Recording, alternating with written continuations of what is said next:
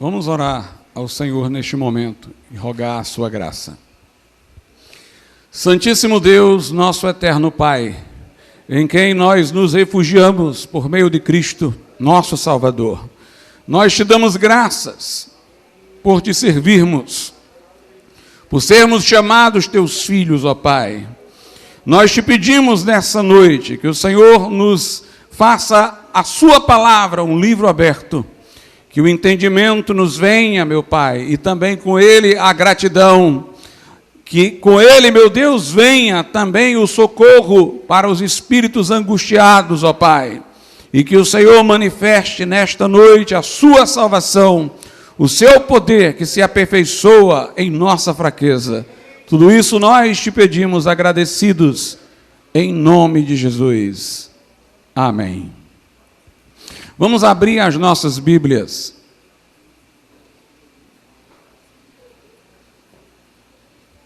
No livro de Eclesiastes, capítulo de número 6.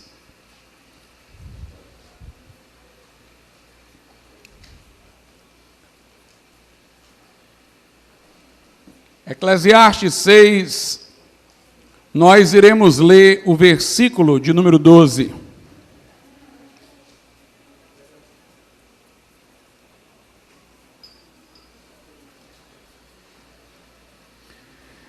Livro de Eclesiastes, capítulo 6, versículo de número 12.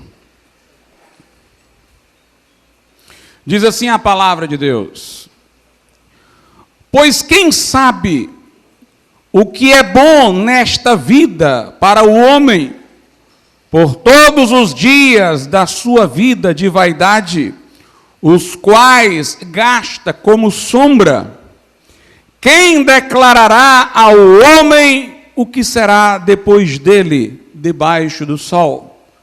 Podeis assentar.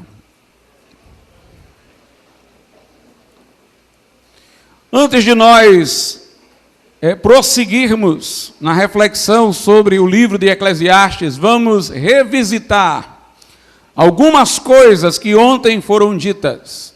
Este é um livro distinto dentro da Bíblia, por colocar perguntas filosóficas.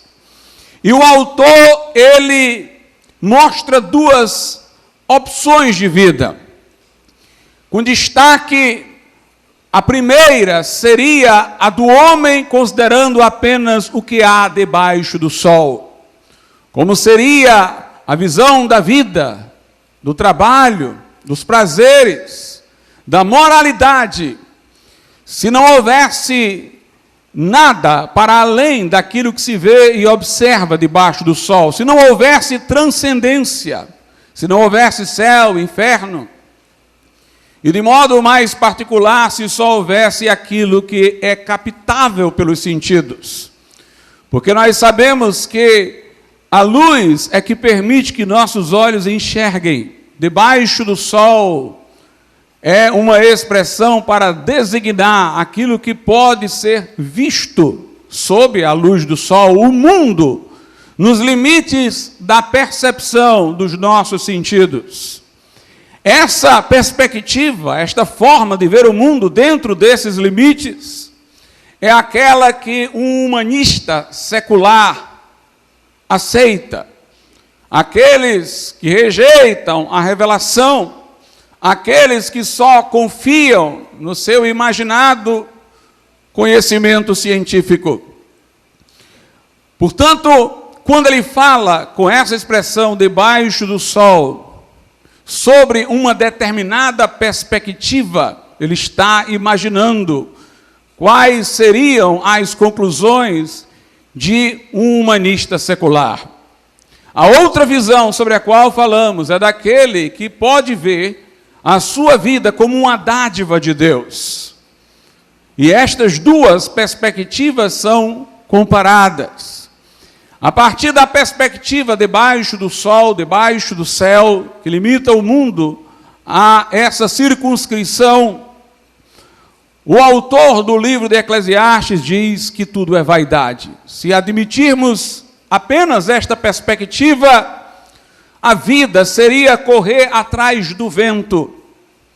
E tudo seria vaidade no sentido de efêmero, fútil, passageiro, sem durabilidade, sem consistência, sem que o homem possa se sentir com estas coisas que há debaixo do sol satisfeito.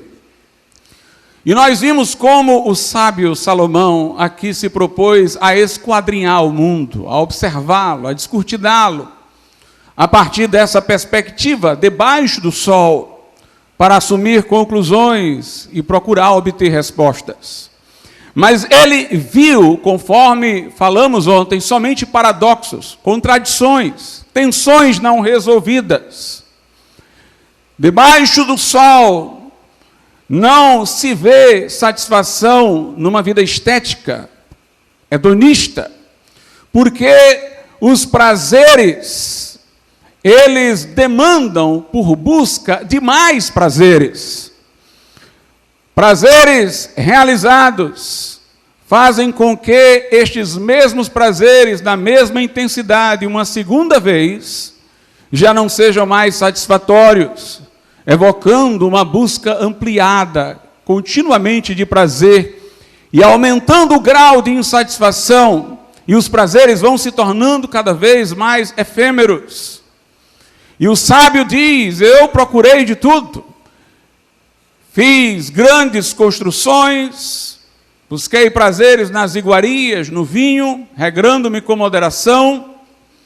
Ele fala que plantou jardins, que teve servos e servas, aumentou suas riquezas, mas no final concluiu que tudo isso era vaidade. Nada disso poderia trazer satisfação real à sua alma.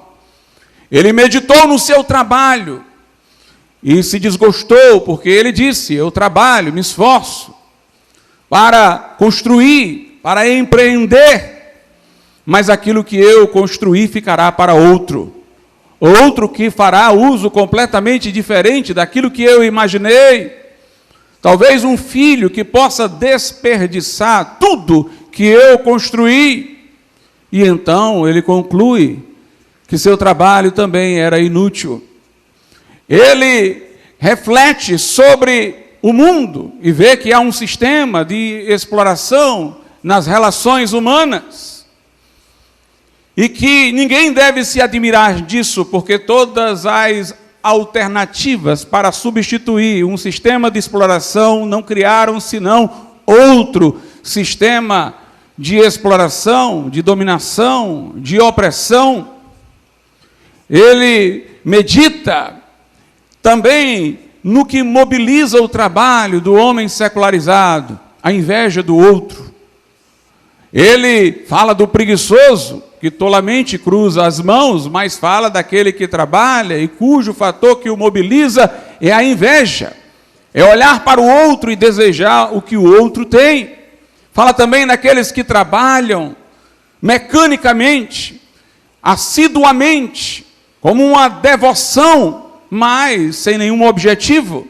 Eles não têm filhos para deixar os seus bens, andam só, mas ainda assim estão obcecados pelos seus negócios, sem nunca deles fruir satisfação, buscando sempre ampliá-los, sem ter um objetivo no fazê-lo. E também esta vida se mostra infrutífera. Nós vimos também, irmãos, que o livro de Eclesiastes coloca de forma profunda o problema da morte. A morte torna toda a vida debaixo do sol, se ela tiver a palavra final, um absurdo, uma inutilidade. É a morte que faz tudo quanto se construiu se deixar aqui para outro. É a morte que faz com que todos os projetos fiquem sem sentidos, porque é um esforço por algo em vão, se no final todos haveremos de morrer. Até mesmo a sabedoria. O autor de Eclesiastes diz que ela é vaidade, a sabedoria secular, a sabedoria que toma como premissa, não o temor do Senhor, como se diz em Provérbios, mas a perspectiva debaixo do sol. Ele diz que essa sabedoria só permite descobrir estes paradoxos, essas contradições, essas tensões não resolvidas. E que aumentar esta sabedoria é aumentar a tristeza, o desânimo, o enfado, a melancolia. Ele diz que a sabedoria pode ser uma coisa preciosa, mas no final, como morre o sábio, morre o tolo. E a morte assim acaba com todo o valor de alguém ter sido sábio, com toda a diferença entre o sábio e o tolo. Portanto, a vida estética mostra-se falida por causa da morte. A morte não é apresentada pelo autor de Eclesiastes como um fenômeno natural. Ela é apresentada como um mal que parece invencível.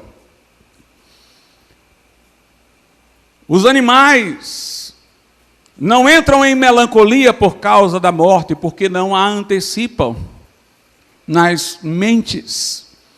Porque vivem uma vida pelos instintos e não têm projetos como os seres humanos. A morte nos é grandemente dolorosa, porque ela parece fazer desaparecer em um segundo todo um patrimônio individual, não intercambiável, insubstituível. Uma pessoa única que acumulou conhecimento, experiências, aprendeu com a vida e agora parece desaparecer no pó. Essa insatisfação com a morte revela que ela não nos é natural, não fomos projetados para morrer. A morte entrou no mundo pelo pecado, conforme diz em Romanos 5, ou mesmo no Gênesis, onde Deus disse a Adão que no dia em que ele comesse da árvore que fora proibida, ele morreria. A morte entra como intrusa em nossa história. Por isso que nós nunca nos conformamos com a morte. Há algumas coisas em nossas vidas que nós talvez gostaríamos de não depender delas em alguns momentos, mas nós não ficamos insatisfeitos por termos essas necessidades. Nós precisamos dormir. Nós não nos revoltamos contra o sono, embora ele possa parar atividades que estejamos a fazer, mas nós lhe reconhecemos uma certa normalidade. Nós comemos e bebemos, nos alimentamos. Estamos fracos, temos que parar para comer, para beber, talvez estivéssemos querendo continuar a fazer o que estávamos fazendo, mas nós não nos revoltamos porque temos que comer ou beber, não nos angustiamos por isso. Não nos perdemos no sono pensando nisso. Mas a morte assombra. A morte assombra porque ela não nos é natural, não fomos projetados para ela. Porque ela destrói todo um projeto de vida singular. Porque ela, se for ter a palavra final, parece tirar todo o significado da moralidade, de tudo quanto nós fazemos. A morte torna este mundo, se ela tivesse a palavra final, um absurdo. A vida humana, a existência humana, um absurdo. E os consolos dos existencialistas ateus não resolvem. Cada um faça o seu projeto de vida, já que não há desígnio nem propósito. Mas continua a pergunta, você vai fazer o seu próprio projeto, não há nenhum Deus a quem prestar contas, mas a morte continua lá, para assombrar e inutilizar todo o projeto. Para acabar com a diferença entre o justo e o injusto, entre o sábio e o tolo. A Bíblia diz que o último inimigo a ser vencido é a morte. Falando da ressurreição no futuro, quando Jesus voltar e o seu povo ressuscitar fisicamente para encontrá-lo nas nuvens. Paulo diz, a morte é o último inimigo a ser vencido. Por isso eu não me arriscaria a dizer para a morte, quando ela viesse, o que disse Francisco de Assis: bem-vinda, irmã morte. A morte não é minha irmã, ela não faz parte da criação. A morte é uma inimiga, mas eu posso dizer: bem-vindo, céu, o que vem para além da morte, mas nunca para a morte em si. Nós nunca nos acostumamos com a morte. As pessoas não gostam de pensar na morte. Elas escondem os seus sinais de velhice, porque lá no fundo temem a morte, porque não querem ver a aproximação da morte, porque sabem que estão se deslocando desse mundo para o seu fim. No capítulo de número 3, nós vimos que o autor do livro de Eclesiastes, ele diz que temos uma intuição.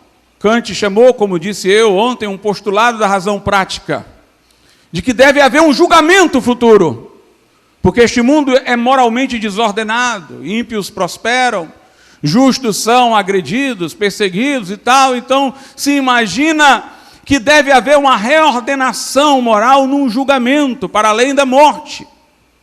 Mas ao mesmo tempo que ele traz essa intuição, ele se coloca a pergunta: mas o que garante que isso vai acontecer?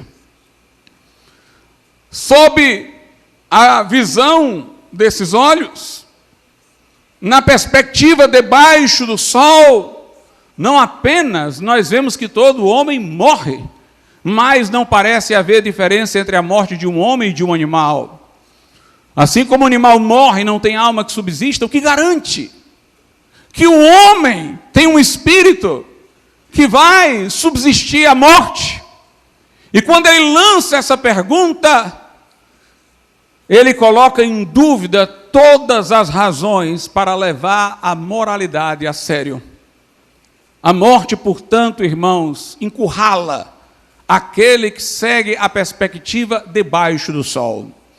A grande parte dos homens teme tudo quanto se diz aqui no livro de Eclesiastes, mas nunca para refletir, como o autor aqui fez, porque refletir dói, porque refletir levaria à insônia, ao desespero. Os homens que seguem essa perspectiva debaixo do sol caminham para frente, sem fazerem de forma consciente essas perguntas essenciais, porque eles querem continuar caminhando. Elas os imobilizaria no percurso, seria desesperador. Mas a Bíblia é um livro realista. A Bíblia não foge das perguntas essenciais. A Bíblia mostra hipoteticamente o que se haveria de pensar se a única perspectiva fosse essa, que nossa vida é aquilo que se nos apresenta aos sentidos, que tudo que há é o que se pode ver debaixo do sol. Quando nós vemos todos esses paradoxos, devemos entender que a resposta deve vir de fora, não da sabedoria alcançável nos limites do que há debaixo do sol. A resposta deveria vir de fora desses limites. A resposta deveria vir de Deus, deveria vir não por aquilo que nossa razão pode alcançar, mas pela revelação de Deus. Pascal, um filósofo cristão, ele disse uma coisa interessante. Ele disse: o maior mérito da razão não é aquilo que ela descobre. O maior mérito da razão é reconhecer os seus limites. Essa é a conclusão racional mais sábia. Reconhecer a razão, os limites das suas possibilidades. E nós temos problemas para os quais a nossa razão, nos limites do que há debaixo do sol, não oferece resposta. Nós temos paradoxos que precisam de solução, mas não é pela razão que os alcançamos. E então nós chegamos nessa pergunta aqui de Salomão, que nós lemos em Eclesiastes 6 e 12. Pois quem sabe o que é bom? É uma pergunta que indica que entre nós ninguém pode saber. E é uma pergunta que indica que se alguém souber, não é um de nós. Pois quem sabe o que é bom nesta vida para o homem, por todos os dias da sua vida de vaidade, os quais gasta como sombra? Quem pode saber? Quem declarará? Note, quando ele fala declarar, ele indica que a resposta não virá de uma especulação racional, mas de alguém que tem autoridade para dizer. Quem declarará ao homem? E não pode ser um homem, porque vai declarar ao homem, gênero humano. Quem declarará ao homem o que será depois dele debaixo do sol?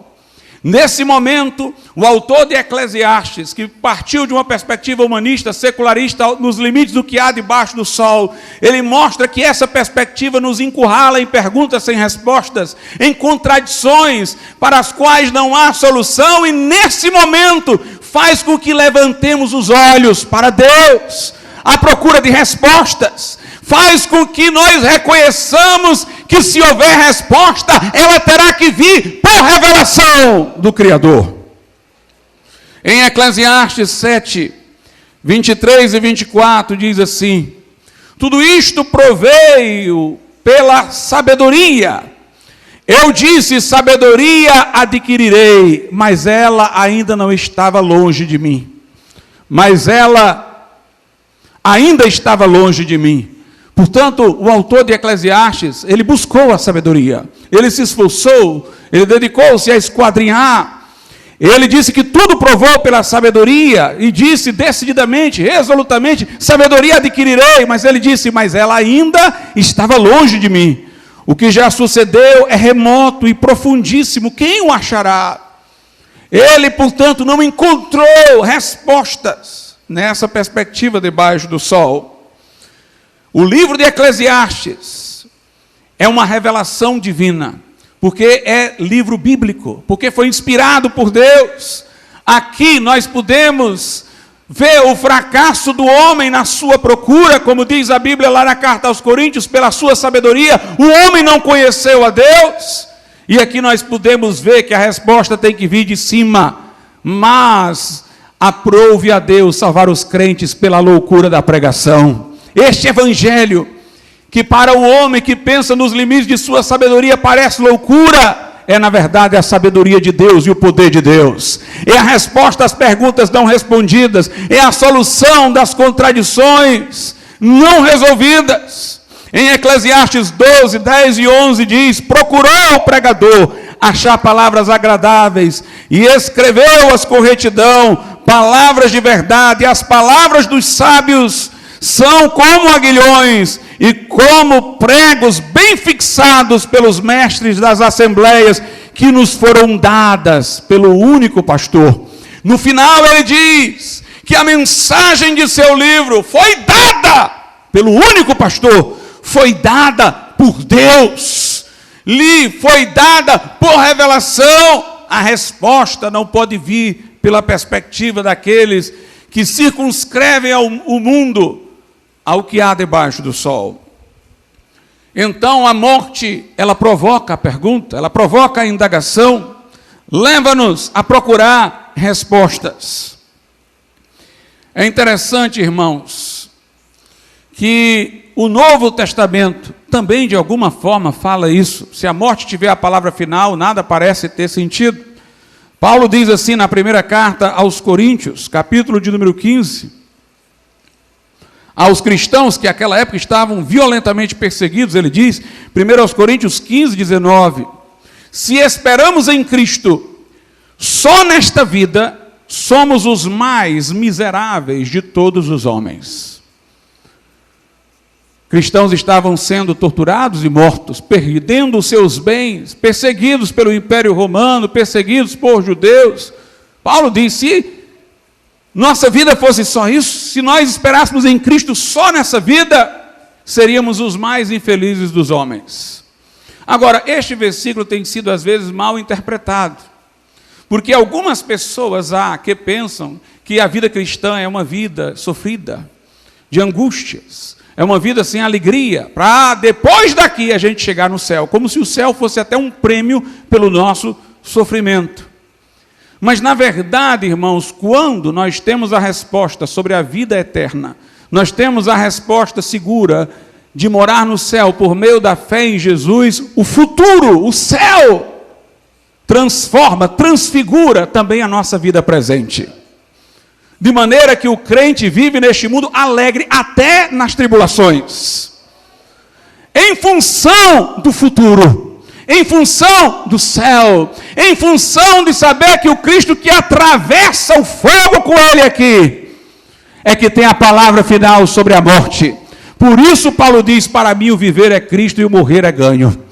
Note, tanto é bom ficar como ir. Aqui o viver é Cristo e o morrer é lucro, porque eu vou estar no céu.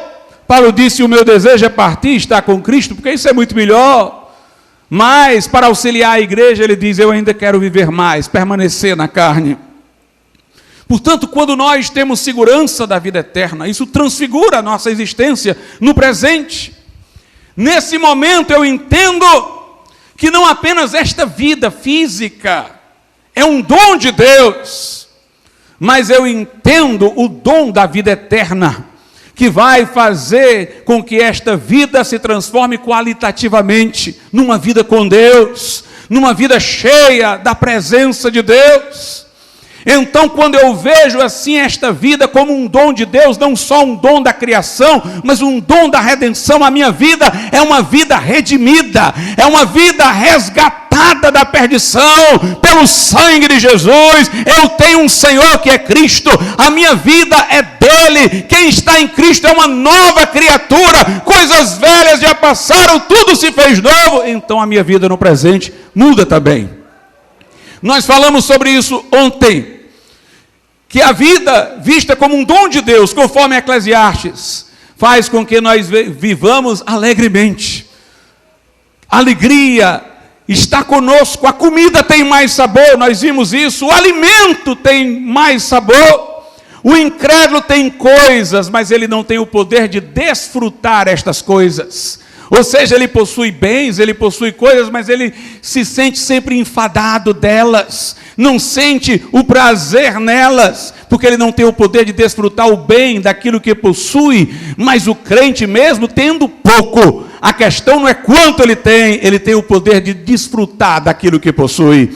Ele olha para o alimento e vê como um dom de Deus, e recebe com gratidão, e no alimento da sua gratidão, ele entra num relacionamento mais próximo com Deus, e o alimento é mais saboroso quando é visto como um dom de Deus, uma provisão das mãos divinas. Assim também a água, assim também o nosso trabalho, e o crente tem a alegria em todas as coisas, porque vê em cada coisa o cuidado de Deus para com ele. Ele não só vê o objeto, ele vê por trás Deus que está guiando, cuidando da vida dele. Todas as coisas cooperam para o bem dos que amam a Deus, que são chamados segundo o seu propósito. Quando encontramos a Cristo, nos reconciliamos com Deus, vemos a nossa vida como um dom de Deus, para ser vivido, uma vida com Deus.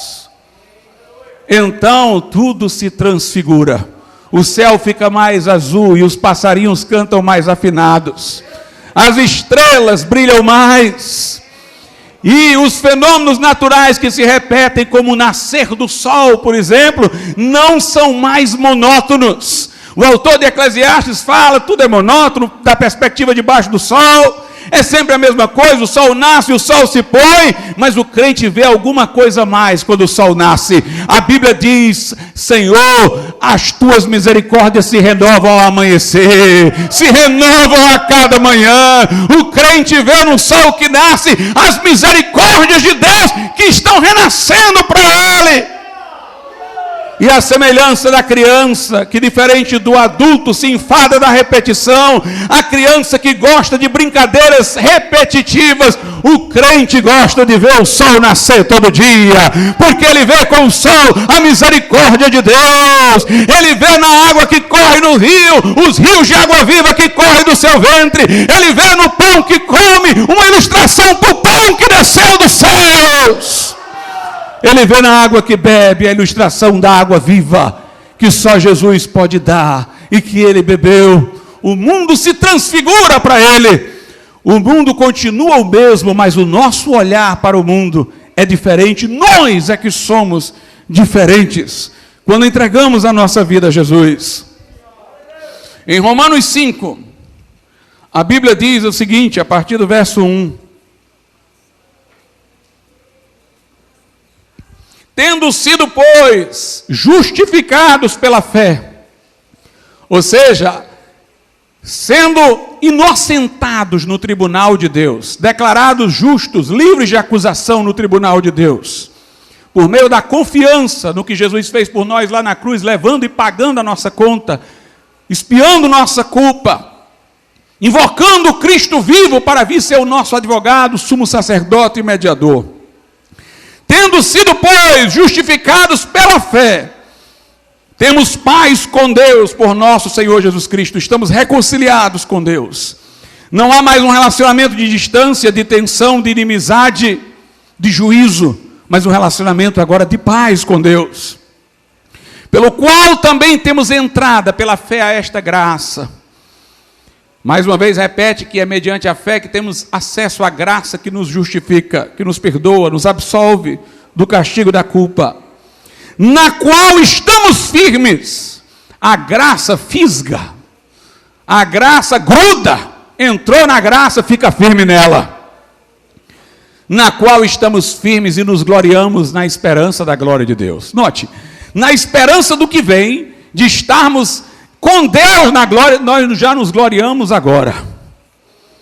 O crente se alegra por aquilo que virá. Ele antecipa em fé o gozo daquilo que virá. Aí ele diz, e não somente isto, mas também nos gloriamos nas tribulações. Nem a tribulação desanima o crente. Sabe por quê, irmãos? Porque na vida do crente uma tribulação faz uma alquimia. A alquimia era a busca de transformar metais em ouro, pois a tribulação transforma aquilo que nós passamos em galardão no porvir. A Bíblia diz, nossa leve e momentânea tribulação não pode se comparar à glória do porvir. A Bíblia diz que aquilo que nós sofremos aqui agora produz no futuro um eterno peso de glória. A Bíblia diz que quando nós nos conformamos com Cristo na sua morte, nós experimentamos o poder da sua ressurreição. Quando nós passamos por aflição nessa vida, preste atenção a isso, nós temos que transformar a aflição num sacramento, como era definido na Idade Média. Um sacramento era uma participação. Eu tenho que, ao sofrer, me reconhecer como aquele em quem Cristo habita. Então é Cristo que sofre em mim, eu sofro com Cristo, eu estou participando daquele sofrimento com Ele. Então, na mesma hora, o poder que o trouxe dentre os mortos estará em mim. Quando o crente passa por tribulação, se ele se conforma à tribulação como identificação com a morte de Cristo, ele também experimenta naquele momento de modo miraculoso o poder da ressurreição. Por isso que o crente na tribulação pode cantar, na dor pode celebrar, porque ele experimenta o poder da ressurreição em meio à aflição, por sua identificação com Jesus. Por isso que Paulo diz, quando eu estou fraco, é aí que eu estou forte. Porque naquele momento que nós nos debilitamos, é o momento que Jesus em nós se mostra mais forte. Nós trazemos nesse corpo mortal a vida de Cristo. Nós temos um tesouro em vasos de barro. Paulo diz, sinto prazer nas aflições por amor a Cristo, porque quando eu estou fraco, é aí que eu estou forte. Aí o texto segue, não somente isto, mas também nos gloriamos nas tribulações, sabendo que a tribulação produz paciência, a paciência a experiência a esperança. Quanto mais atribulados somos, em vez de nos desanimarmos, nós intensificamos a esperança do que virá, quando Jesus enxugará dos nossos olhos toda lágrima. E aqui diz, e a esperança não traz confusão, porquanto o amor de Deus está derramado em nossos corações pelo Espírito Santo. Como é que o crente perseguido, afligido, não desanima? Como é que ele não fica confuso? É porque enquanto a tribulação está vindo pelo lado de fora, o amor de Deus está sendo derramado dentro. É um dos quadros que o intérprete mostra a Giovanni no Peregrino. De um lado, um fogo aceso e um homem tentando apagar aquele fogo, mas o fogo nunca se apaga, porque atrás da parede tem alguém alimentando o fogo por debaixo. E assim também Deus está derramando amor em nosso coração, de maneira que tentam apagar o fogo, mas não conseguem apagar. E aqui a nossa segurança em Cristo é revelada a partir do verso 6 de Romanos 5, porque Cristo, estando nós ainda fracos, morreu a seu tempo pelos ímpios, porque apenas alguém morrerá por um justo, pois poderá ser que pelo bom alguém ouse morrer, mas Deus prova o seu amor para conosco, em que Cristo morreu por nós, sendo nós ainda pecadores. Logo muito mais, agora, tendo sido justificados pelo seu sangue, seremos por ele salvos da ira. Porque se nós, sendo inimigos, fomos reconciliados com Deus pela morte de seu Filho, muito mais, tendo sido já reconciliados, seremos salvos pela sua vida. E não somente isto, mas também nos gloriamos em Deus por nosso Senhor Jesus Cristo, pelo qual agora alcançamos a reconciliação. Se antes, quando eu não era crente, Jesus morreu por mim, muito mais agora que eu já fui a Ele, Ele me segurará. Se para a minha reconciliação Ele morreu, estando eu já reconciliado, muito mais Ele fará por mim. Se Deus não poupou o seu próprio Filho, antes o entregou por nós todos, diz Paulo, como não nos dará com Ele todas as coisas? Essa é a nossa segurança, por isso nos gloriamos, apesar das tribulações. Este é um mundo caído, desajustado, e tem descompassos, pessoas do mal, às vezes galgam posições, pessoas justas são perseguidas, mas acontece que o perverso que galga posição não se satisfaz na posição, e o crente perseguido se alegra na tribulação. Deus, irmãos, transfigura as nossas vidas, e se for o homem se guiar pelo que se vê, parece que nós que servimos a Deus somos desvantajados. Mas se ele visse os corações em vez daquilo que se vê debaixo do sol, saberia que o povo de Deus tem fartura de alegria. A morte, como eu disse, ela traz esses questionamentos, mas nós não nos baseamos na morte como palavra final. Segundo aos Coríntios 4, diz assim a Bíblia Sagrada, no versículo 8 e 9, em tudo somos atribulados, mas não angustiados, perplexos, mas não desanimados. Nós não ficamos como o autor de Eclesiastes, dizendo tudo é vaidade, sob a perspectiva debaixo do sol. Nós somos atribulados, mas não angustiados, ficamos perplexos, mas não desanimados, perseguidos, mas não desamparados, abatidos, mas não destruídos. E aqui nos versículos 16, 17 e 18 diz, por isso não desfalecemos. Ainda que o nosso homem exterior, o corpo, se corrompa, o interior contudo se renova de dia em dia, porque a nossa leve e momentânea tribulação produz para nós um peso eterno de glória muito excelente, não atentando nós nas coisas que se vê e as que se pode ver debaixo do sol, mas nas que se não vê, porque as que se veem são temporais e as que se não veem são eternas. Louvado seja Deus. O salmista Davi, irmãos, no momento de crise na sua vida espiritual, ele deixou-se secularizar por um pouco. Você crente que está na universidade, às vezes, devido a toda aquela perspectiva secularista, você pode por um momento perder a visão maior. Mas acorde hoje, Davi teve um momento em que ele, irmãos, quis refletir só na perspectiva debaixo do sol, muito embora sendo um cristão. E ele desanimou, mas de repente deu um estalo e ele voltou para a perspectiva antiga. Olha aí o Salmo de número 73. Salmo 73, a partir do versículo 2. Quanto a mim, os meus pés quase se desviaram. Pouco faltou para que escorregassem os meus passos, pois eu tinha inveja dos nécios, ou seja, dos tolos, quando vi a prosperidade dos ímpios. porque não há apertos na sua morte, mas firme está a sua força. Não se acham em trabalhos como outros homens, nem são afligidos como outros homens. Ele começou a olhar só pelo que via. Aparentemente os ímpios desse mundo prosperam, tem muita coisa, mas são os que mais estão com depressão. E mais adiante ele vai ver que esse quadro belíssimo foi uma ilusão. Diz aí no versículo 6, por isso a soberba os cerca como um colar, vestem-se de violência como de adorno, os olhos deles estão inchados de gordura, eles têm mais do que o coração podia desejar, são corrompidos e tratam maliciosamente de opressão, falam arrogantemente, põem as suas bocas contra os céus e as suas línguas andam pela terra.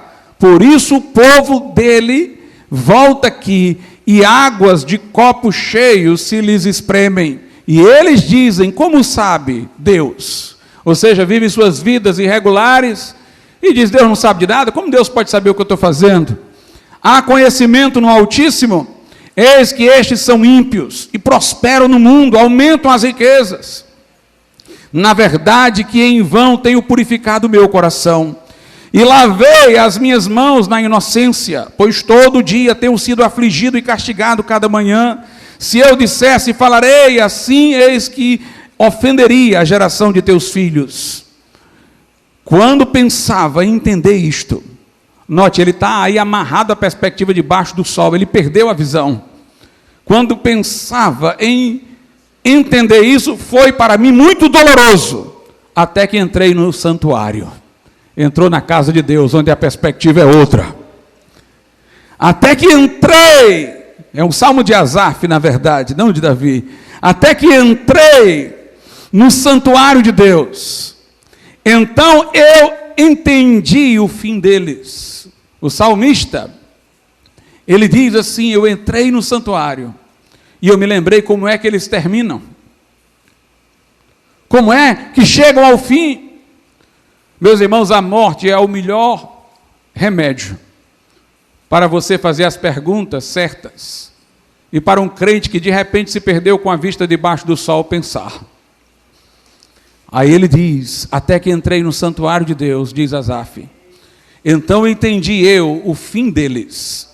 Certamente tu os pusestes em lugares escorregadios, tu os lança em destruição, como caem na desolação, quase no momento, ficarão totalmente consumidos de terrores. Ou seja, eles têm essa aparente glória, mas de repente tudo se esvai. Como um sonho quando se acorda, assim, ó Senhor, quando acordares, desprezarás a aparência deles. Assim o meu coração se azedou e sinto picadas nas minhas entranhas. Assim me embruteci. Ele coloca que quando ele fez questionamentos a Deus, pôs-se como um animal, um bruto, sem ver as coisas direito. Assim me embruteci e nada sabia. Fiquei como um animal perante ti. Todavia estou de contínuo contigo, e tu me sustentaste pela minha mão direita. Guiar-me-ás com teu conselho, e depois me receberás na glória. Aí vem a visão certa, versículo 25, que tenho eu, quem tenho eu no céu, senão a ti? E na terra não há quem eu deseje além de ti. A minha carne e o meu coração desfalecem, mas Deus é a fortaleza do meu coração e a minha porção para sempre. Pois eis que os que se alongam de ti perecerão. Tu tens destruído todos aqueles que se desviam de ti, mas para mim bom é aproximar-me de Deus. Pus a minha confiança no Senhor Deus para anunciar todas as tuas obras. Louvado seja Deus. Por isso, lá em Eclesiastes, vamos voltar para Eclesiastes, diz assim a Bíblia no capítulo 7, versículo 2 a 4, versículos 2 a 4. Melhor é ir à casa onde há luto, do que ir à casa onde há banquete. porque naquela está o fim de todos os homens, e os vivos o aplicam ao seu coração. Melhor é a mágoa do que o riso, porque com a tristeza do rosto se faz melhor o coração. O coração dos sábios está na casa do luto, mas o coração dos tolos na casa da alegria. As pessoas nesse mundo não se colocam as perguntas essenciais e vivem nos seus divertimentos, nas suas baladas, e não buscam sabedoria, mas na casa do luto, no funeral, é o melhor momento para o homem encontrar sabedoria, fazer as perguntas que não são alcançáveis pela perspectiva debaixo do sol, para ele então olhar para Deus, de quem pode vir a resposta através da sua palavra. Nós temos 2 encurralamentos para o homem. É que debaixo do sol nada é satisfatório. Aqui nós temos um fracasso na busca do sentido, um fracasso na busca do que é permanente. Debaixo do sol nada tem sentido. Essa é uma parte do problema, é um encurralamento. O outro encurralamento é a lei de Deus. Se nós colocarmos como hipótese, se o homem colocar como hipótese, ainda na fragilidade de sua razão natural, mas deve existir Deus para julgar, para o ímpio aqui que se deu bem, ser punido, justo aqui, ser recompensado. Se ele pensar nisso, ele vê outro encurralamento, é que todos pecaram e destituídos estão na glória de Deus. A Bíblia diz que Deus encerrou a todos debaixo do pecado para com todos usar de misericórdia. O que eu quero dizer é que à luz da lei de Deus, corretamente compreendida, todos somos transgressores. Pela lei vem o pleno conhecimento do pecado. E se Deus é quem a Bíblia diz que Ele é, um Deus absolutamente santo, perfeito, que é luz e nele não há trevas nenhuma, o mal não habita com Ele, então me bastaria uma transgressão para que fosse incompatível eu estar com Ele por toda a eternidade. Adão não foi expulso do paraíso por 2, 3, 4 transgressões, por uma só, que não nos pareceria tão grave, porque Deus é absolutamente santo, exige perfeição. Mas se Adão, criado em inocência, podia ter obedecido a Deus e se mantido íntegro, nós que dele viemos, depois da queda, nascemos atingidos pela sua corrupção. E assim, todos nós, por um caminho ou por outro, nos tornamos pecadores. Aqui há um duplo encurralamento. Se eu olhar as coisas só pelo que há debaixo do sol, a morte acaba com todo sentido. Se eu postular dentro da razão prática, como Kant o fez, enquanto filósofo não baseado na revelação, imaginar, tem Deus do outro lado, para recompensar o justo e punir o transgressor, quem poderá ser justo diante dele? Então a situação ainda piora, todos iriam para o inferno, todos iriam para a condenação eterna. São os 2 problemas que o autor de Eclesiastes vai colocar: o mundo debaixo do sol, sem sentido, e a nossa natureza caída, que nos impede de ter esperança num juízo divino. Diz aqui a Bíblia, em Eclesiastes, capítulo de número 7, versículo de número 29. Eis aqui o que tão somente achei, que Deus fez ao homem reto, porém eles buscaram muitas astúcias. No princípio Deus fez o homem à sua imagem e semelhança, o criou em inocência, mas aqui está dito que houve pecado no começo. O homem criado por Deus buscou muitas astúcias, transgrediu. É uma alusão forte ao acontecimento do pecado original. Isso maculou a nossa natureza, de maneira que o versículo 20 de Eclesiastes 7 diz: na verdade,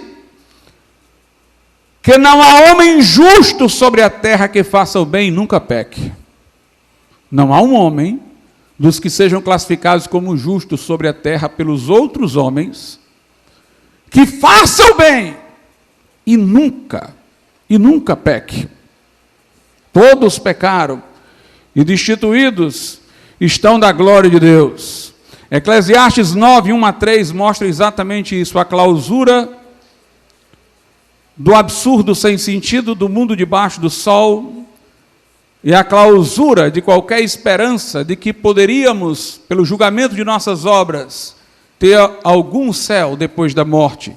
Eclesiastes 9 diz aqui a Bíblia do versículo 1 ao 3: deveras todas estas coisas considerei no meu coração, para declarar tudo isto, que os justos e os sábios e as suas obras estão nas mãos de Deus, e também o homem não conhece nem o amor nem o ódio, tudo passa perante ele. É querendo dizer que nós não conhecemos realmente, na nossa condição debaixo do sol, o amor e o ódio, porque estas coisas que nós chamamos de amor e ódio são passageiras. A vida não tem sentido algum. Se tudo termina na morte, que diferença faz entre amar e odiar? Tudo sucede, versículo 2, igualmente a todos. O mesmo sucede ao justo e ao ímpio, ao bom e ao puro. Como ao impuro, assim ao que sacrifica, como ao que não sacrifica. Assim ao bom, como ao pecador. Ao que jura, ao que teme o juramento. Portanto, nada tem sentido no mundo debaixo do sol que termina com a morte. Mas olha o versículo 3, o outro problema é se nós postularmos numa aposta hipotética que haja um juízo que vá resolver isso, se esse juízo não tiver a pessoa de Cristo, for só com base em nossas obras, nós estamos acabados. O verso 3 diz: este é o mal que há em tudo quanto se faz debaixo do sol. A todos sucede o mesmo, é a parte sem sentido.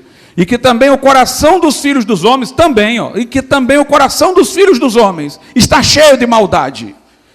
E que há desvarios no seu coração enquanto vivem, depois se vão aos mortos. Ou seja, estamos na visão sem a Bíblia, encurralados num mundo sem sentido que termina com a morte, ou se especularmos que depois da morte haverá um juízo para trazer compensação, nós, diante de um Deus absolutamente santo, sendo pecadores, não devemos alimentar uma boa esperança. É um duplo encurralamento. Em Eclesiastes, no capítulo de número 8, também diz assim, do 11 ao 14: porque não se executa logo o juízo sobre a má obra? Por isso o coração dos filhos dos homens está inteiramente disposto para fazer o mal. Ou seja, as pessoas, porque não têm, note a corrupção do homem, porque não vê o julgamento logo, eles praticam o mal. Ainda que o pecador faça o mal 100 vezes, e os dias se lhe prolonguem, contudo eu sei com certeza que bem sucede aos que temem a Deus e aos que não temem diante dele.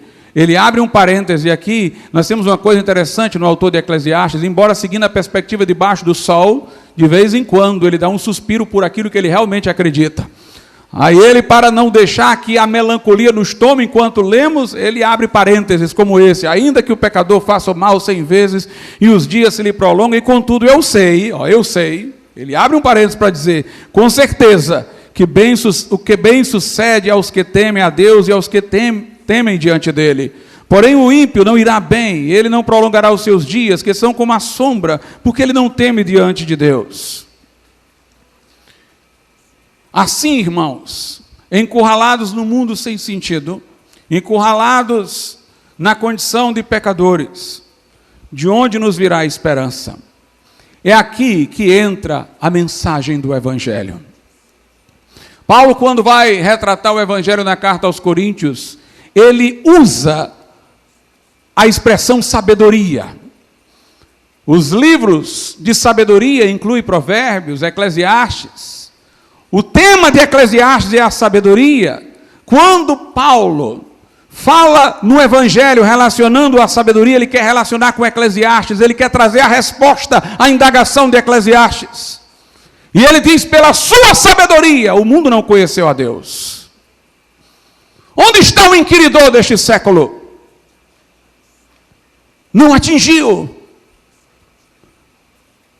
A palavra da cruz, porém, é tida por este mundo como loucura, mas é loucura para os que perecem, para nós que somos salvos é o poder de Deus e a sabedoria de Deus. Paulo diz, os judeus pedem sinal, querem ver um Deus onipotente, manifestando sua grandeza e pronto. Os gregos pedem sabedoria, alguma coisa que seja dentro do alcance da razão humana, mas nós pregamos a Cristo crucificado. Escândalo para os judeus e loucura para os gregos, mas para nós que somos salvos, sabedoria de Deus e o poder de Deus. Meus irmãos, quando Jesus entra na nossa história, nós temos em Jesus a prova de que o mundo não se limita ao que há debaixo do sol. Porque ele nasceu não de geração horizontal, mas a sombra do Altíssimo desceu sobre a Virgem Maria, e o seu corpo foi concebido pelo Espírito Santo, porque Jesus é Deus que entrou na nossa história. Alguém diz, eu me limito ao que há debaixo do sol, como sei que alguma coisa além. O Ele entrou! O Verbo se fez carne e habitou entre nós. O Filho de Deus entrou para mostrar que o mundo não se limita só a isso. A maior prova das suas declarações de que ele era o Filho de Deus encarnado é a sua ressurreição ao terceiro dia. Até a cruz os homens fizeram muitas perguntas. Por que é que este homem que fez milagres, fez tudo isso, não sai da cruz? Se tu salvaste a tantas pessoas, por que não salva-te a ti mesmo? Mas Jesus ficou calado, porque a resposta ia demorar 3 dias. Mas ao terceiro dia, a resposta veio no estrondo. A pedra rolou do sepulcro. Aleluia! E Jesus Cristo ressuscitou. O Cristo que apareceu a João no Apocalipse e disse, eu sou aquele que estive morto, mas eis que vivo pelo século dos séculos. Os anjos disseram às mulheres, porque procurais entre os mortos aquele que vive? Ele ressuscitou. O sepulcro foi encontrado vazio, o seu corpo não foi encontrado pelos homens. Mas ele apareceu aos seus discípulos, que mantiveram a mesma história sobre a ressurreição, e estiveram dispostos a morrer por ela. Um perseguidor da igreja viu Cristo ressuscitado, e de perseguidor virou apóstolo e pregador dos gentios repentinamente. Meus irmãos, Jesus está vivo, Jesus ressuscitou, e ele era quem disse ser o Filho de Deus encarnado. Mas o mundo pergunta, como pode Deus infinito, eterno, aparecer naquela figura tão singela, daquele filho de carpinteiro, como se pensava? Como Deus estava ali, naquele que morria na cruz? É porque Deus escolheu as coisas que não são para confundir as que são. Escolheu as coisas loucas para confundir as sábias, para que o mundo não o descobrisse na arrogância de uma razão que esbarra nos limites debaixo do sol, mas na fé que alça voo ao coração de Deus. Tem que se agachar, tem que se fazer como criança para entrar no reino de Deus, tem que parar de lutar contra os aguilhões e dizer, o que queres que eu faça? Tem que parar de acordar o sacerdote ali e dizer, fala que o teu servo ouve, Senhor. Quem o declarará? Quem dará a resposta? A resposta vem de Deus. Ali, irmão, se viu a transcendência em Jesus. Algo para além do que há debaixo do sol entrou. O infinito no finito, o eterno no temporal. E Jesus lá na cruz, enquanto homem, morreu por nós. Sendo homem justo, não tendo porque morrer por algo que tivesse feito, pôde morrer por aquilo que nós fizemos. Sendo Deus, Ele pôde fazer aquele ato sacrificial ter um valor infinito e eterno, porque tudo quanto vem de Deus tem valor infinito e eterno. Ali tem uma fonte que jorra sem cessar, e quem quiser venha e beba de graça da água da vida. Ali está o Salvador de braços abertos, e quem vier a Ele, Ele jamais lançará fora. Todo aquele que invocar o nome do Senhor será salvo. Quando nós nos arrependemos de nossas transgressões, invocamos Jesus como Salvador, o seu sangue nos lava de toda mancha. E nós temos paz com Deus por nosso Senhor Jesus Cristo. Recebemos o dom da vida eterna, o dom inefável, como diz Paulo, que transfigura a nossa vida terrena, que nos faz ver o invisível, que nos faz achar alegria, até mesmo nas tribulações. Eclesiastes disse alguma coisa sobre Jesus? Claro. Nós vimos que é dito que as palavras que vêm ao sábio que escreve Eclesiastes vêm do único pastor.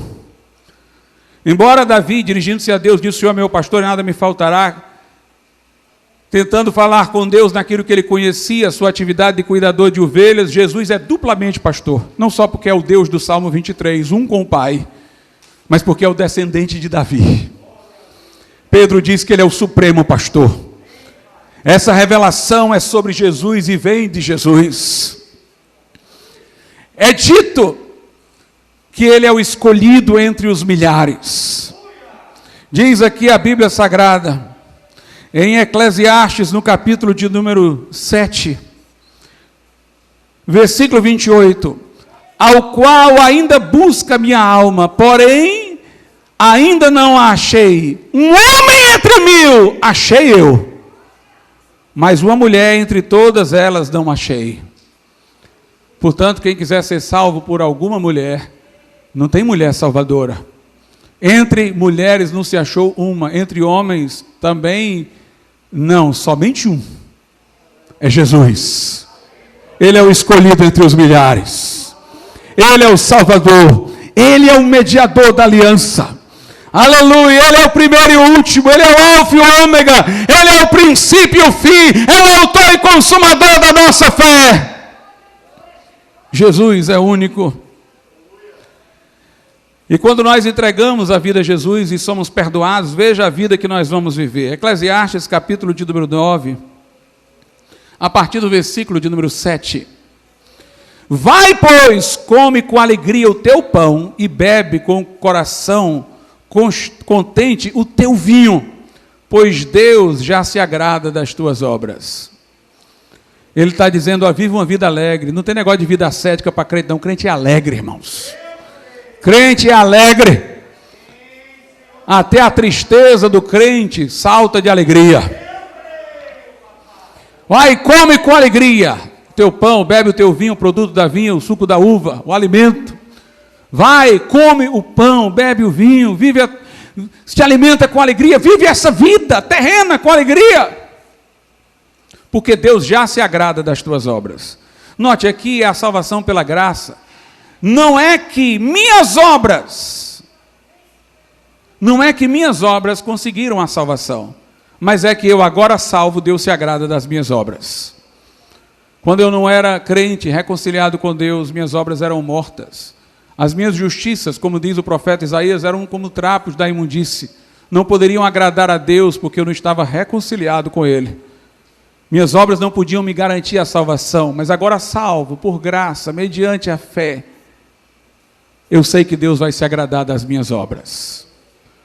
Come o teu pão, bebe o teu vinho com alegria, porque Deus já se agrada das tuas obras. Curiosamente, aqui ele toma como referências para o alimento, o pão e o vinho, mesmos alimentos que Jesus usou para instituir a ceia. É quase como quem diz profeticamente: participa aí da ceia, celebra a morte de Jesus, porque Deus já se agrada das tuas obras.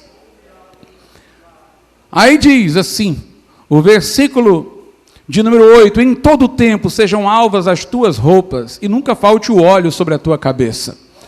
Como é que as nossas vestes são alvas? Diz a Bíblia, lá em Apocalipse 7,14. Quem são estes aí que vieram de uma grande tribulação? Pergunta-se. É aqueles que branquearam as suas vestes no sangue do Cordeiro, no sangue de Jesus. As vestes é a nossa apresentação. Diante de Deus estamos brancos, porque nossas vestes foram branqueadas no sangue de Jesus. É uma alusão à nossa condição diante de Deus, onde os nossos pecados foram lavados. Sejam sempre alvas as tuas vestes. Nunca falte o óleo sobre a tua cabeça. O óleo na cabeça é um símbolo do Espírito Santo, mas para uma missão. O sacerdote era ungido com óleo. Jesus aplicou a si a profecia de Isaías no capítulo 61. O Espírito de Deus está sobre mim, me ungiu para evangelizar os pobres. A unção é uma capacitação sobrenatural de Deus pelo Espírito Santo para alguma coisa específica. Então eu tenho que ser salvo e capacitado para fazer a obra. Isso quer dizer que o crente não apenas ele foi salvo e pode comer o seu pão, ter o seu alimento com alegria nesse mundo, mas ele tem uma missão aqui. Cada crente tem uma missão e tem capacitação para realizá-la.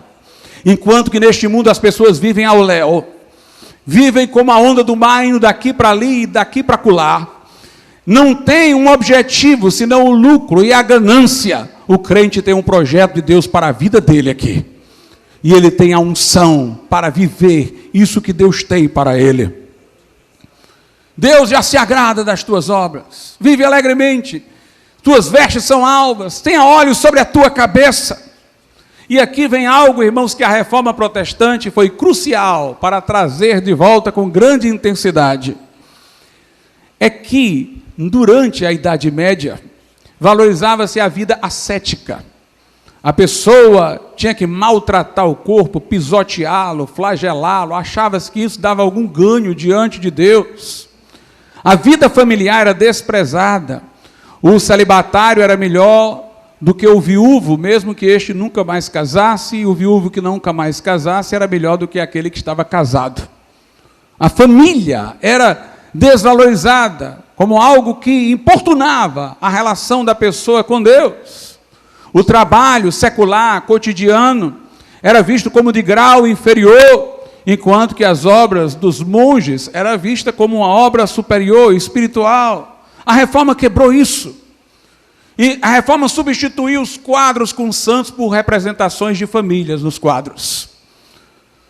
Lutero casou-se e disse: não há coisa mais parecida com o céu do que você viver uma vida boa com a sua família, com a sua esposa. Feliz. A família de Deus, Deus criou a família. Por isso que crente, irmãos, briga pela família, nessa sociedade que quer deformá-la. E o trabalho também. Lutero disse: o sapateiro que usa o talento que Deus lhe deu para fazer e ajeitar sapato, reconhecendo que foi Deus que deu a ele esse talento, trabalhando com honestidade, ele presta um serviço a Deus igual a um pregador. Não há diferença. Quer comais, quer bebais, diz o apóstolo, façais tudo para a glória de Deus. Não há departamentalização espiritual dentro da nossa vida. Toda a nossa vida está colorida com o serviço a Deus, com a presença de Deus. Então, aqui não é dito para você se flagelar, mas é dito: come aí o teu pão, bebe o teu vinho, se alegra, faz com alegria, porque Deus já se agrada das tuas obras.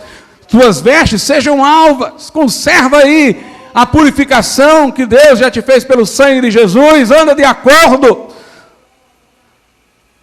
Tenha propósito, o óleo está sobre a tua cabeça. Aí ele diz no verso 9: goza a vida com a mulher que amas, todos os dias da tua vida vã, os quais Deus te deu debaixo do sol, todos os dias da tua vaidade, porque esta é a tua porção nessa vida, e no teu trabalho que tu fizeres debaixo do sol.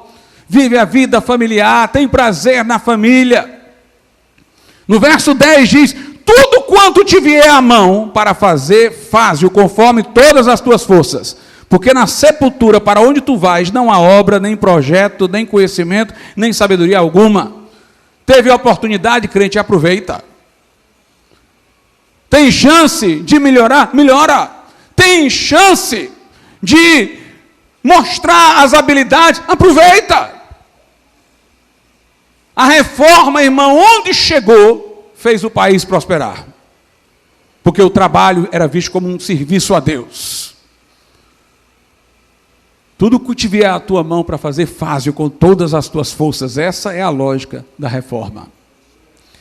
Por fim, para nós terminarmos, as palavras finais de Eclesiastes, que vão se dirigir aos jovens. Eles vai falar também a partir da morte. Eclesiastes capítulo 11, diz assim a Bíblia, versículos 9 e 10. Alegra-te, jovem, na tua mocidade, e recreie-se o teu coração nos dias da tua mocidade, e anda pelos caminhos do teu coração e pela vista dos teus olhos. Sabe, porém, que por todas estas coisas te trará Deus a juízo. Não se diz ao jovem que não seja alegre, mas se diz que ele viva esta vida alegre, com temor. Olha por onde tu andas, olha a vida que tu levas, vê se tu vai te reconciliar com Deus por meio de Jesus. Porque Deus vai julgar com base em Cristo, já que pela lei todos nós seríamos condenados. Mas Ele vai te julgar por teres tu ou não entregue a tua vida a Jesus. Afasta, versículo 10, pois a ira do teu coração. Aqui lembra-se aqueles jovens na aborrecência, irados. Afasta, pois, a ira do teu coração e remove da tua carne o mal, porque a adolescência e a juventude são vaidade. Na verdade, tira isso porque isso só te infelicita. É uma obstinação por projetos que não são da vontade de Deus, que leva ao espírito irritadiço. Afasta isso. E no capítulo de número 12, diz assim a partir do verso 1, lembra-te também do teu Criador, dos dias da tua mocidade. E aqui nós temos uma linguagem altamente poética para falar da velhice e da morte. Lembra-te do teu Criador agora. Se servir a Deus transfigura a vida terrena e não só concede vida eterna, então não deixa para servir a Cristo na velhice, tendo vivido antes uma vida de vaidade. Lembra-te do Senhor na tua mocidade, transfigura logo a tua vida.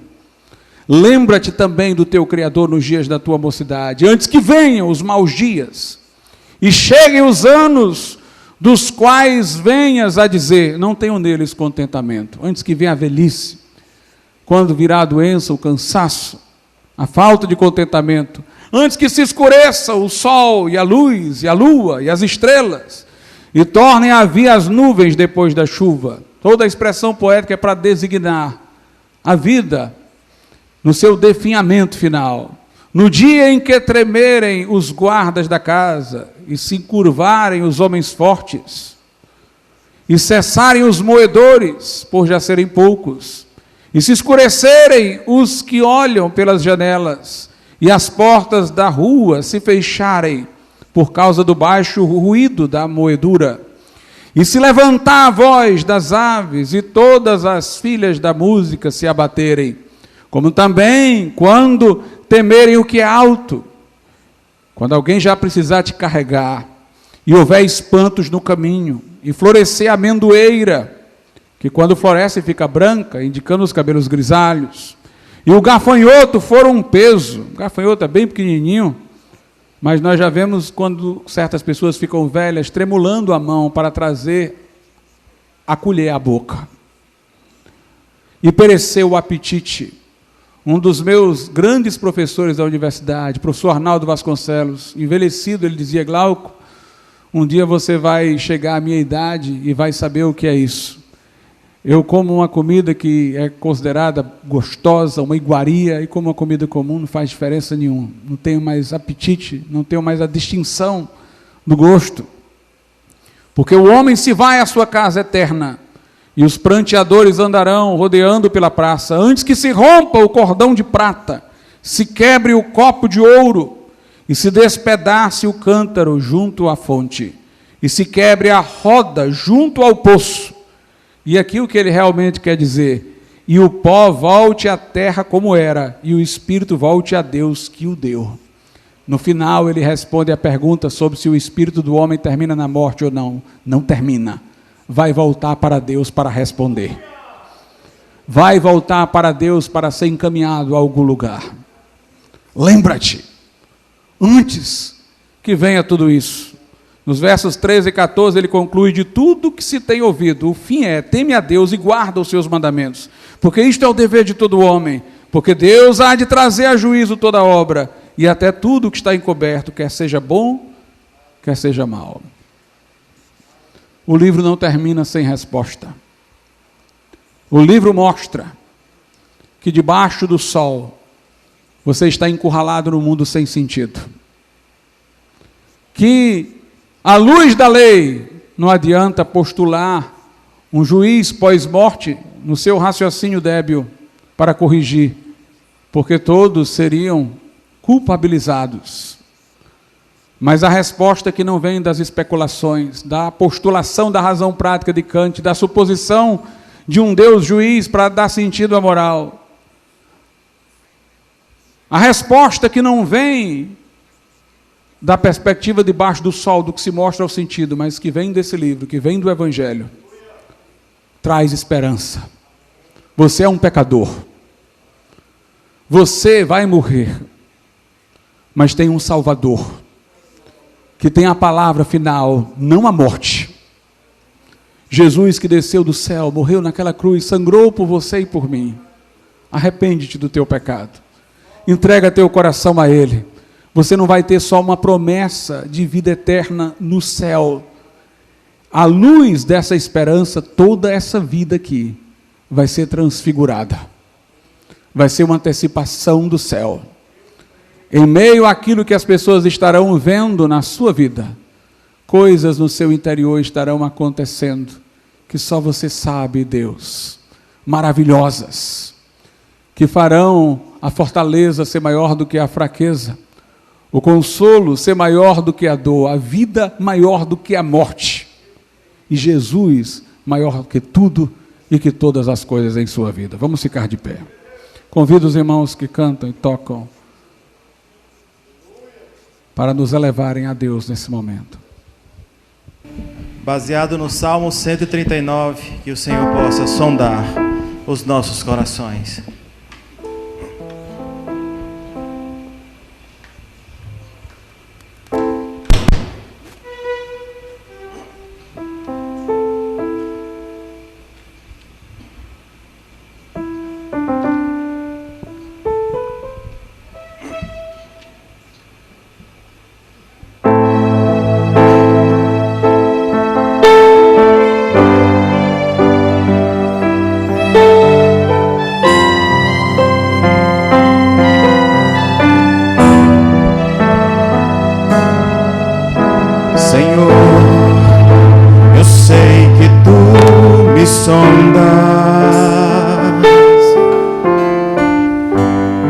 Sei também que me conheces. Se me assento ou me levanto,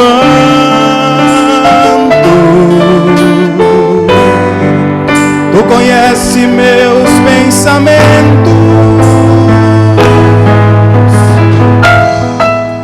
Quer deitado, quer andando,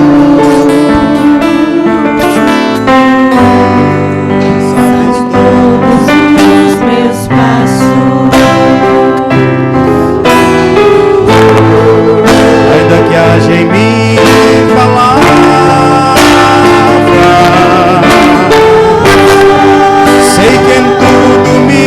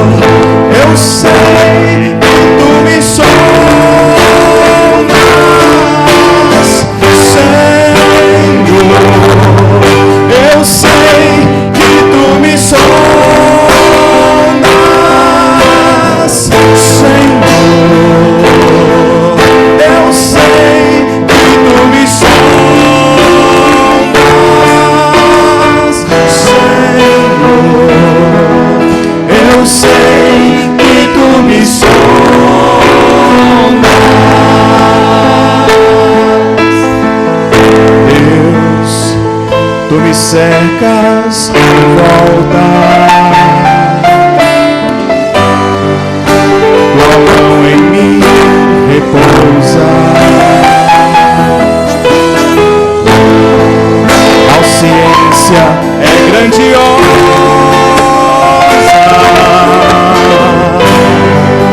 Eu alcanço de tão alta. Se eu subo até os céus, sei que ali também te encontro. Se na mesa está minha cama, sei que ali também me ama. Eu sei que tu me amas, Senhor. Eu sei que tu me amas, Senhor.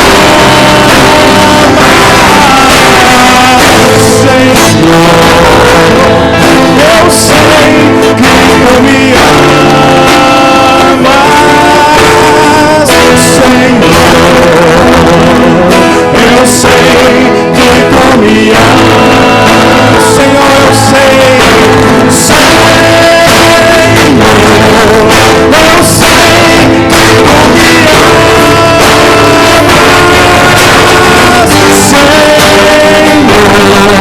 Eu sei que tu me amas, Senhor. Eu sei que tu me amas, Senhor. Eu sei que tu me amas,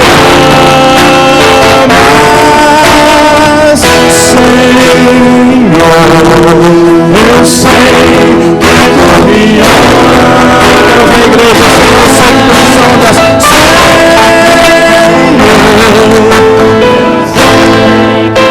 Me sondas, Senhor.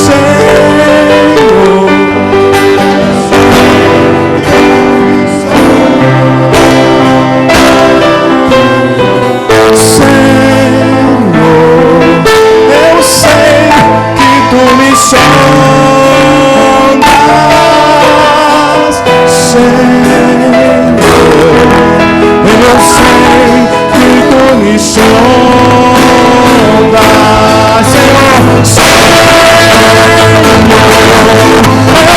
Eu sei que tu me sondas,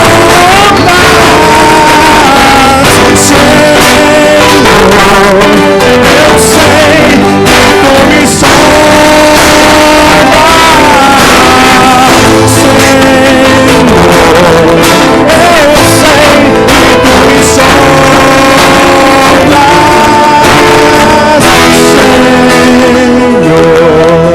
Eu sei que tu me sondas,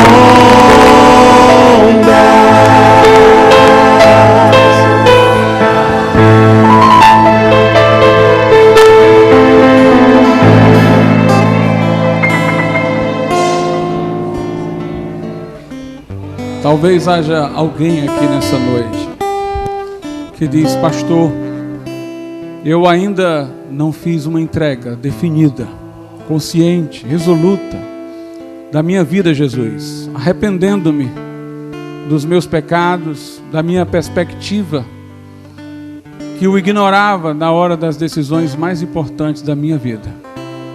Mas eu agora quero entregar meu coração a Cristo. Eu quero saber que Ele perdoou os meus pecados. Eu quero que Ele mude, Ele transfigure a minha vida e me dê certeza do céu. Se você quiser tomar esta decisão, eu lhe convido a dar um passo à frente, sair do seu lugar e vem até aqui na frente. Eu quero fazer uma oração pela tua vida. Você pode até pedir a alguém que está próximo a você, do seu lado, para lhe acompanhar até aqui, para você vir tomar essa decisão. Talvez haja alguém que esteja afastado do Senhor.